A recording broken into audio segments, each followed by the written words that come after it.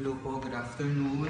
So, pasensya na po at wala po ako dyan ngayon kasi inassign po ako bigla na magpunta po sa Singapore. Pero, syempre, gumawa pa rin po ako ng report para sa atin. So, I was tasked this afternoon to discuss about the difference of baby boomers, Generation X, and the Millennials. We all know that ngayon po ay nagkakaroon tayo ng challenges when it comes to handling our Millennials.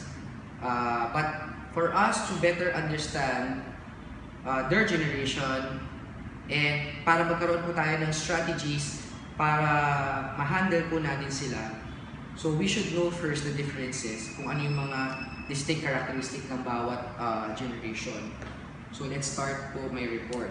So according to a study of PwC, there's a disconnected relationship between the older generations in the senior management and the millennial employees at 38%.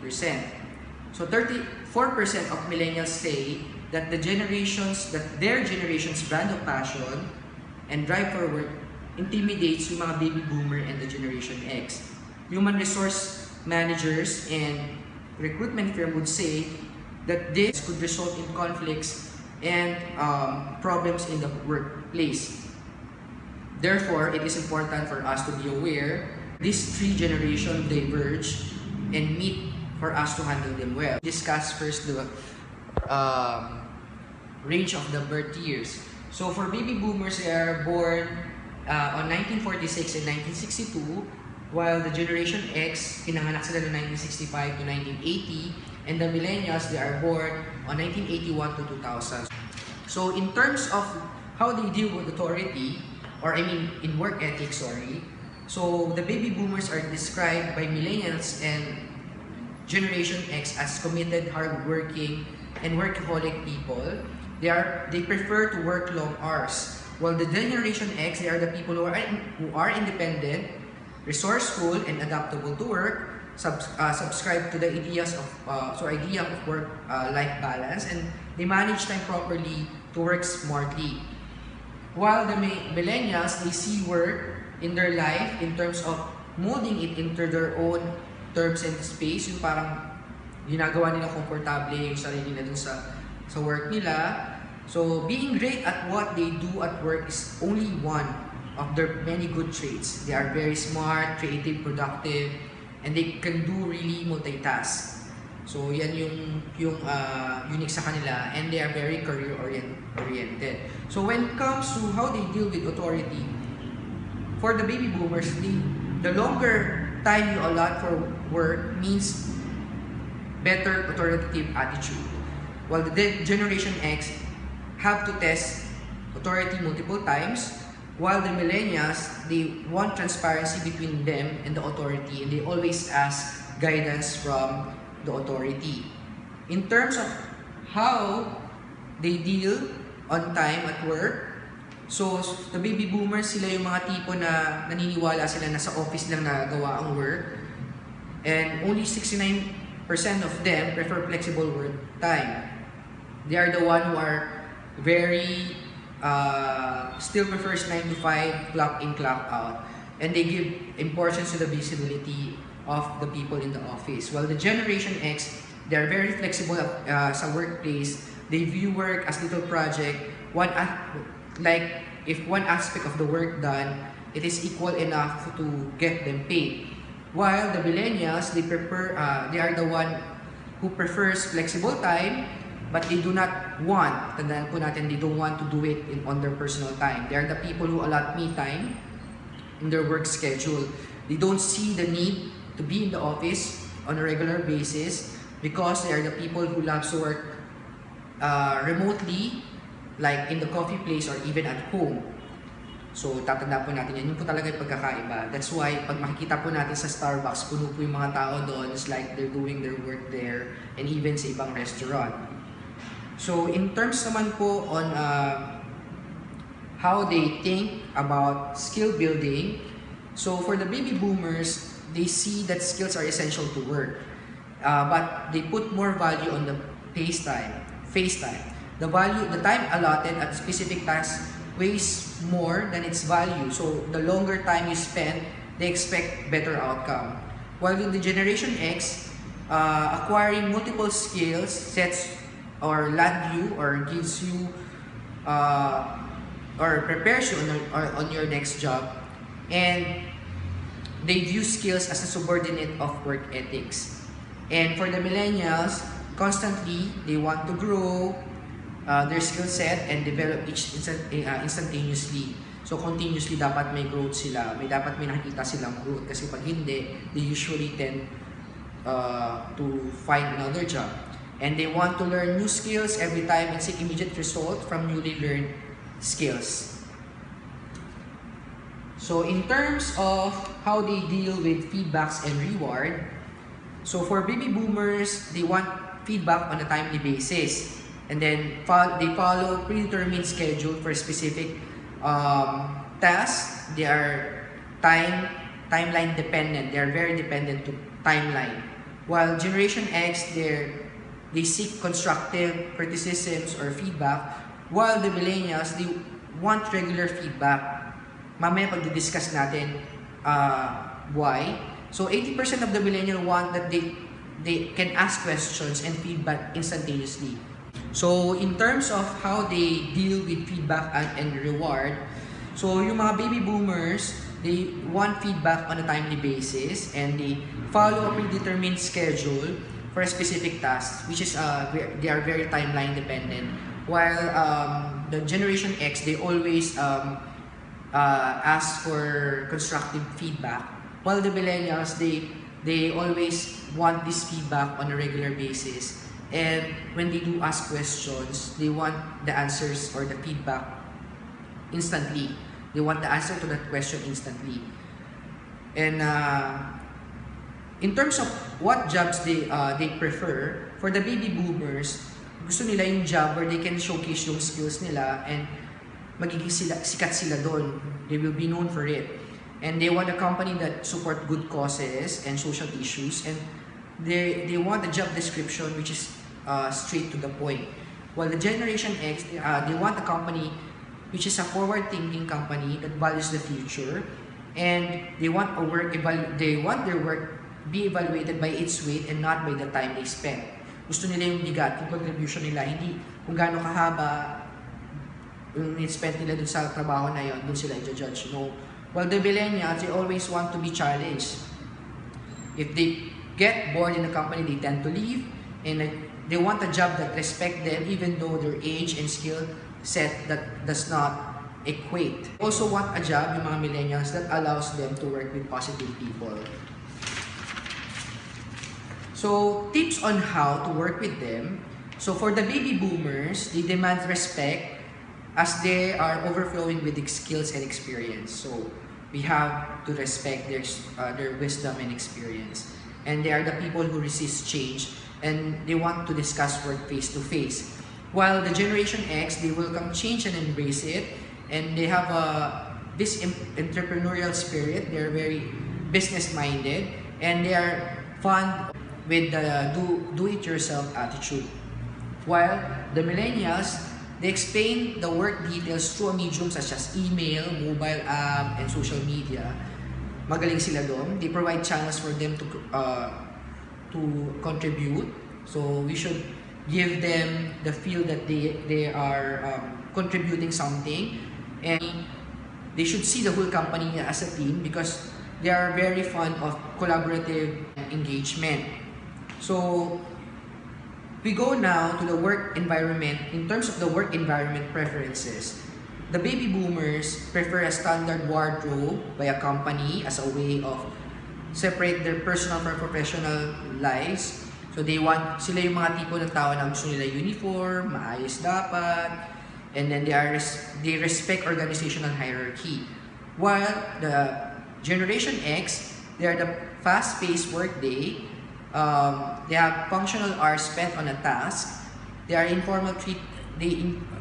fond of informal treatment with co-workers, and they seek access to leadership and information.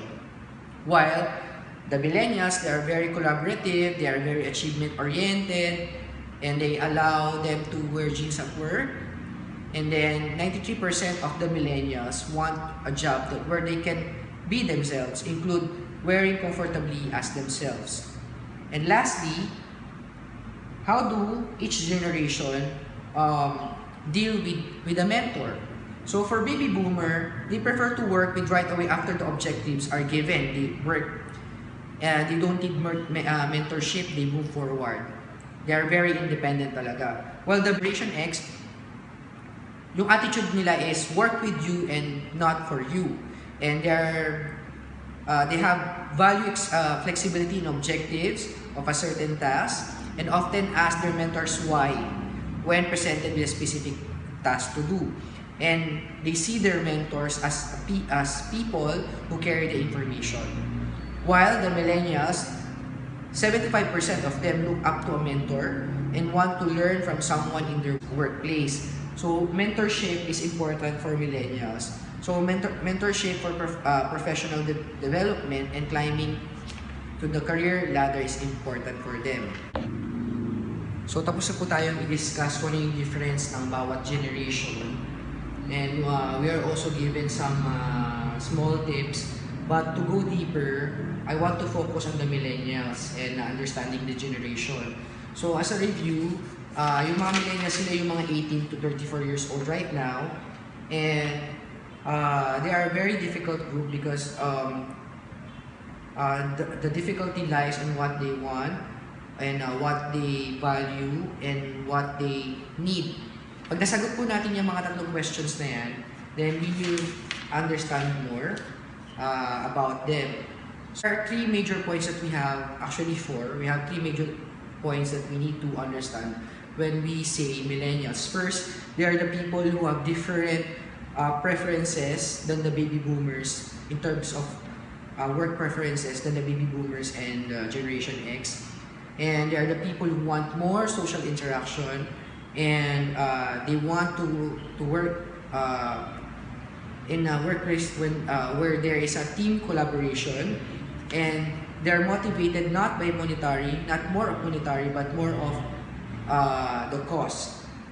But dun sa 3 points na yun, important na point is these people, we need them for our company to survive and grow. So very important talaga na magkaroon tayo ng strategies to attract them and increase our productivity. So I have prepared the 5 things that we should understand when we say millennials. So point number 1, they seek peer affirmation and feedback. So sabi daw, mas maganda daw na lagi nating magbibigay tayo ng Twitter-size advice because millennials, they always want regular feedback. Kahit 1 to 2 sentence, message natin sila, it will work daw. And then, they also gravitate on towards mentorship. In fact, 35% of employees who don't receive regular mentoring plan to look for another job within the 12 months kung walang mentoring. And sometimes, yung ibang HR, para buhayin or matutukan yung mentorship, they do reverse mentorship wherein yung mga batang or mga millennials, they do mentorship to the Generation X or baby boomers. For example, learn how to use the social media or learn how to do to edit pictures. So nagkakaroon ng bonding. So second, millennials are not all about the money. There are people who are creative. So in fact, 83% of the millennials want a job where creativity is valued. So 80%. So they want to grow. So 40% of millennials think that they should be promoted every 2 years regardless of their performance. So it's not about the money, it's about creativity, it's about their growth, and they always want a little something more. So 92% believe that success should be measured by more than just profit. They are the people who wants to feel na meron silang nagawang difference. They want to be they want you to feel the impact of what they have done, not just sa company mo but in the world. So this can be done by providing volunteer opportunities, encouraging them to mentor others, letting them teach interns, giving them a growth plan, and embracing community activities. So yon, as long as we have mission clear and we stay transparent, our millennials will be happy. So that's the second the second point. It's not about the money, it's about creativity, and they want involvement, and they want to see that they made difference. Okay, the third point is give them full package. What does it mean? So even millennials value more than monetary incentives. They still want competitive benefit package with unique offerings. So they value not only basic benefits like medical insurance, but also benefit that will lead or that will add to a well-balanced life. Like for example, 45% of the millennials will choose workplace flexibility over pay. Mas gusto nila yung flexible time than bigger pay. 65% of millennials also believe that office attendance is unnecessary on a regular basis. And don't forget about the travel, because 59% of the millennials want to work abroad at some point of their career. So it means if you want to relocate them, they're the best candidate. And fourth, we go now to the fourth. Let's fourth advice natin is get comfy, because millennials like to work in a warm and collaborative environment. So 79% of them thinks yung pagsuot ng jeans should be allowed at least sometimes at work, and 88% of them said that they want to work in a more social environment where their co-workers are their friends. So kailangan friends tayo. Kung hindi pwede yung boss ako susunod ka sa akin, mas conducive sa kanila yung boss mo ko, kaibigan mo ko, ganun. But of course, there should be a clear line, kasi hindi pwedeng super friends. Sometimes na-abuse. So we have to be careful also with that. And getting baby boomers, Generation X, and millennials to collaborate does not have to be a battle. So we have to pay attention on how each generation works the best, and find the middle ground kung saan pwede sila mag-work together. So let's give millennials creative outlet, and they will give you or give us more opportunity. So lastly, our millennials are very driven by technology. Sinabi nga nila na millennials and technology are really match made in heaven. So in fact, 59% say, or 59% of the millennials say that state-of-the-art technology is the key factor in picking a job. So millennials need less face-to-face communication than baby boomers, as we have discussed later. But there are ways to compromise.